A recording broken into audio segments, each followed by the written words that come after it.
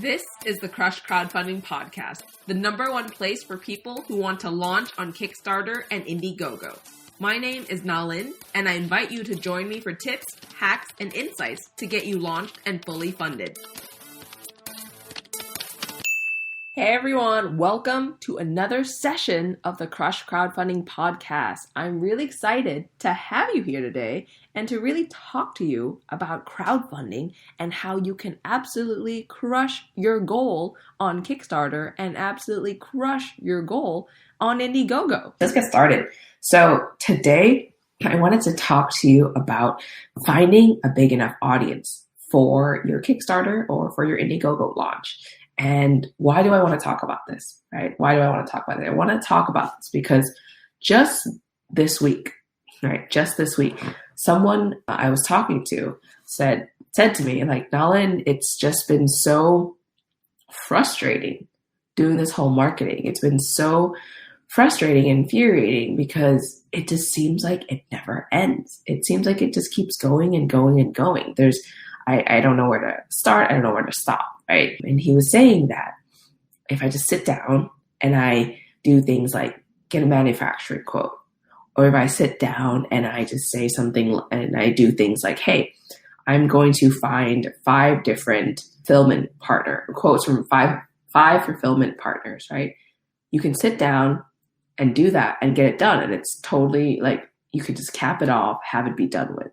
However, when it comes to like the marketing part of it, the part where you're building an audience and the part where you're trying to find what is enough, he doesn't know, right? He's like, but I feel like I'm going out there, I'm posting on social. I feel like I'm going out there. I'm like trying to spend money on ads. I feel like I'm going out there and showing up, and I don't know when to stop, right? I don't know when to stop. And I'm going to be honest.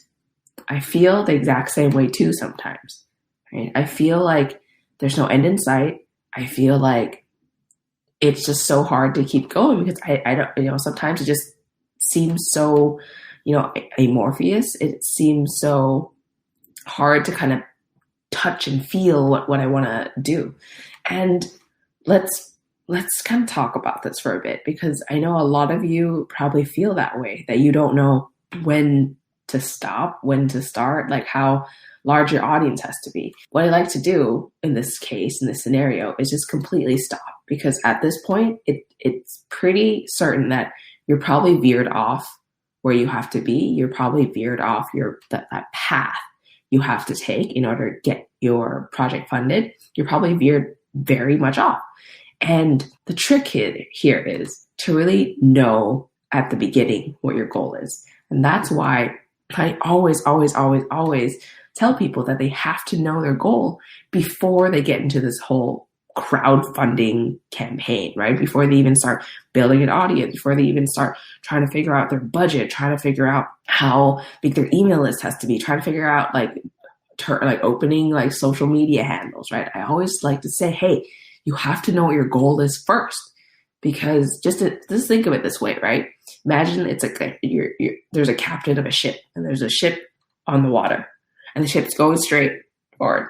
The ship's just going, right? It left the dock, and it's going. And then the captain's just kind of like sailing along, and then one day the captain looks up, and the captain's like, "Wait, I know where I left from, but where am I going? I'm just going straight ahead. I don't know where I'm supposed to go." And after a while, the captain's going to run out of fuel, the ship's going to run out of fuel, and then you're just going to be left there kind of hanging in the middle of the ocean. And that's kind of what it's like to go on this crowdfunding journey without a goal in mind at the end.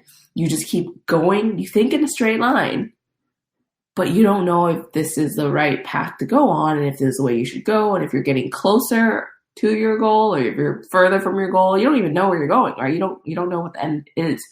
And that's kind of what it's like to start on this project without a goal. And that's why when you feel lost and when you feel like you're not sure what's happening, it's probably because you haven't really locked down your goal and you haven't really figured out where you're supposed to be going. Okay. So let's make this more tangible for crowdfunding, right? This is pretty much the exact conversation I had with this person, right? And this person at the end felt like there was more clarity. So I wanted to share this with you. Basically, before you start crowdfunding, I really recommend just knowing exactly to like the penny how much money you have to raise, what the funding goal is that you have to raise, because that is so important. Once you know a funding goal, whether it's 10,000, whether it's 5,000, 100,000, 500,000, whatever it is, that realistic goal that you need in order to put your idea to life, whatever that goal is, right? Once you have that, think about the price of each reward, the average order value of each reward. From there, what you can know is when you have the goal divided by the actual average reward value of what you are doing in your project, right? Whatever you're selling, if it's a phone case, if it's a smart light, if it's whatever it is, right? A smart bulb, a new type of like portable lamp, whatever. Divide that goal by the average order value, and you have a literal tangible number of people that you have to get to make your idea come to life, right?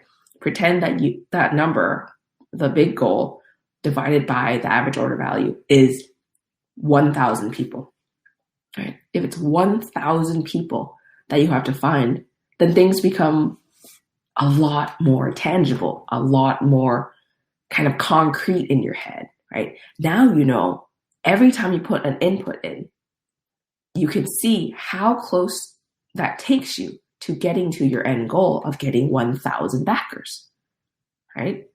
And not only that, you'll understand, okay, if I put $1 in for marketing here, if I put 5 hours in for marketing here, how much closer does that get me to my goal of those 1,000 backers? And to break this down even further, right, to make this even more tangible, take those 1,000 people and really think about breaking them further into smaller chunks so that you have a way to wrap your head around it and see how each of your actions takes you closer to that goal. So, for example, I always from then say, hey, how many friends and family do you have, right? Who is out there who wants to support you and your idea when you launch? There's going to be a lot of people, I assure you. There's going to be a lot of people out there who's been following you kind of silently on social media, or who you've known since elementary school, or who's like an ex-colleague who you like chatted with over lunch sometimes. Like there's always going to be people out there who want to support you, who come out of the woodwork. And your job is to really just ask, right? So from that 1,000 people, make a list of friends and family, people who will support you on that first date. And that dwindles your 1,000 people down even more. 1,000 strangers, right? Pretend from there you have from 1,000 strangers that you have to meet your goal. You only have you have 200 people in your friends and family list. That's great. Now that's 200 people less who are strangers that you have to kind of convince to like you, to know you, and to trust you enough to spend money on your project and your idea. That's great. From there, think about the crowdfunding platform. Think about all the things we've talked about before in the crowdfunding platform.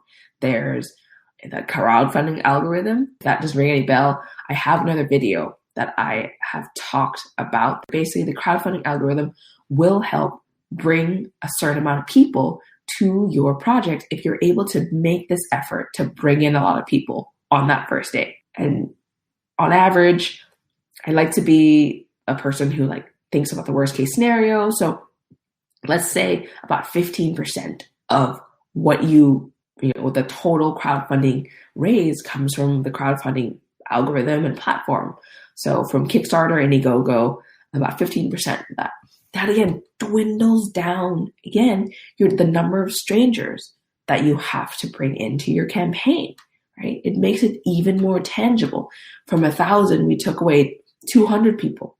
And then from there, we took away 15 more percent of people. And now it becomes a small number that you really can kind of grasp your head around. Like whether for you, it's 100 people that you have to find to back your campaign who are complete strangers, or if it's 500 people, no matter where it is, now you can know that, okay, everything that I do, every single thing that I do out there now, I can see if it's taking me closer to the goal of getting 500 strangers for my campaign or not, right? And from there, now you know what your inputs are and how that output correlates with you getting to your goal. And by knowing this, by just having that goal set right in front of you, right there, you are able to, kind of conceptualize that what you're doing isn't futile, right? Isn't worthless. What you're doing is actually progressing and moving your campaign forward. And what you're doing is getting you closer to that goal.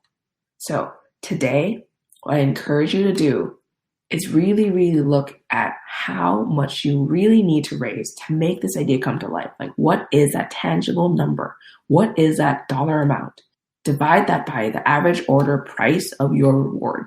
If you're going to be mostly selling 2-packs, then that's your average order value, right? Like if you're only going to be selling like 4-packs, then that's probably going to be your average price, right? Or a little less, depending on if people want 4 or 1. But basically, find those numbers and then divide those two numbers so you know exactly how many people you have to get for your crowdfunding campaign to be a success. Because from there, it's just people. It's people you want to talk to. It's people you want to get to know. It's people who you want to get to know, like, and trust you and your product and your ability to bring it to life. Thank you so much for listening to this episode of the Crush Crowdfunding podcast. If you enjoyed this episode or found it helpful in any way, be sure to leave a review so that other people will have an easier time finding this crowdfunding content. I hope that this podcast was helpful in your crowdfunding journey, and I can't wait for you to go out and crush it. Thanks for listening to the Crush Crowdfunding podcast at crushcrowdfunding.com. Tune in the same time next week for more ways to crush your launch.